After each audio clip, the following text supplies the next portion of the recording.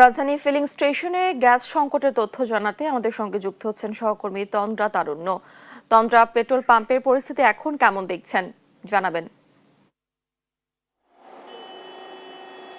ডানা, ধন্যবাদ আপনাকে। আজকে সকাল থেকে কিন্তু দেখা যাচ্ছিল যে পাম্পগুলোতে শুধুমাত্র আজকে না, বেশ কয়েকদিন ধরে আমরা দেখতে পাচ্ছি। তবে আজকে যেহেতু বন্ধের দিন এবং বন্ধের দিনেও দেখা যাচ্ছে যে যেই সিএনজি ফিলিং স্টেশনগুলো রয়েছে সেখানে কিন্তু আসলে গাড়ির যে তীব্র চাপ রয়েছে।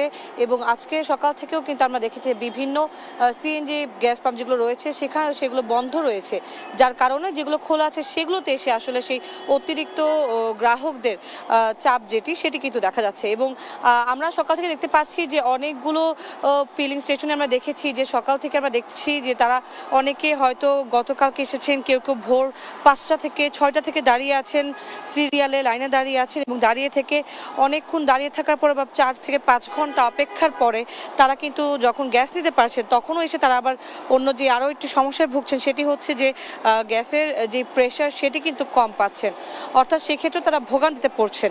একটু জানিয়ে রাখি, জ্বালানি ও খনিজ সম্পদ বিভাগ কিন্তু জানিয়েছিল যে মহেশখালীর ভাসমান এলএনজি টার্মিনালের ত্রুটির কারণেই জাতীয় গ্রিডে প্রায় 45 কোটি ঘনফুট গ্যাস সরবরাহ কমেছে, যার ফলে কিন্তু এখন পর্যন্ত গ্যাসের প্রেশার কিছুটা কম রয়েছে এবং পর্যাপ্ত প্রেশার না থাকায় কিন্তু বেশিরভাগ পাম্পগুলোই আমরা দেখেছি যে বন্ধ রয়েছে এবং যেগুলো খোলা রয়েছে সেগুলোতে অতিরিক্ত গ্রাহকের চাপ পড়ছে।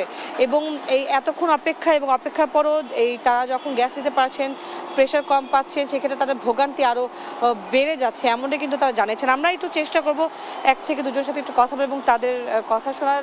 ভাইয়া, কতক্ষণ ধরে আজকে সিরিয়ালে ছিলেন এবং এখন গ্যাস নিতে পারছেন কিনা?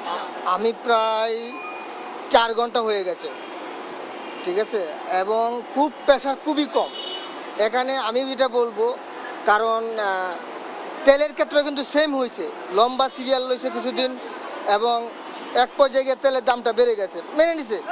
গ্যাসের ক্ষেত্রেও তাই হওয়া দরকার, মানুষের ভোগান্তি না করে একবার দাম বাড়াই দেখ, এতে মানুষের ভোগান্তিটা কম হয়। ধন্যবাদ আপনাকে। যেমনটা বলছিলেন যে গ্যাসেরও প্রেশার কম রয়েছে এবং সেক্ষেত্রে তারা আসলে ভোগান্তিতে পড়ছে। আমি এই মুহূর্তে যেখানে আছি মগবাজার ফিলিং স্টেশন, যেটি এখান থেকে কিন্তু এখানকার যেই লাইন রয়েছে সেই গ্রাহকদের লাইন কিন্তু চলে গেছে একদম বাংলা মোটর মূল সড়ক পর্যন্ত। তো এই ভোগান্তি আসলে আর কতদিন পোহাতে হবে বা এই ভোগান্তি আসলে যেন দ্রুত লাঘবের ব্যবস্থা করে সরকার, এমনটাই কিন্তু প্রত্যাশা সবার। ডানা, আপনাকে এখান থেকে আমার কাছে এই ছিল সর্বশেষ।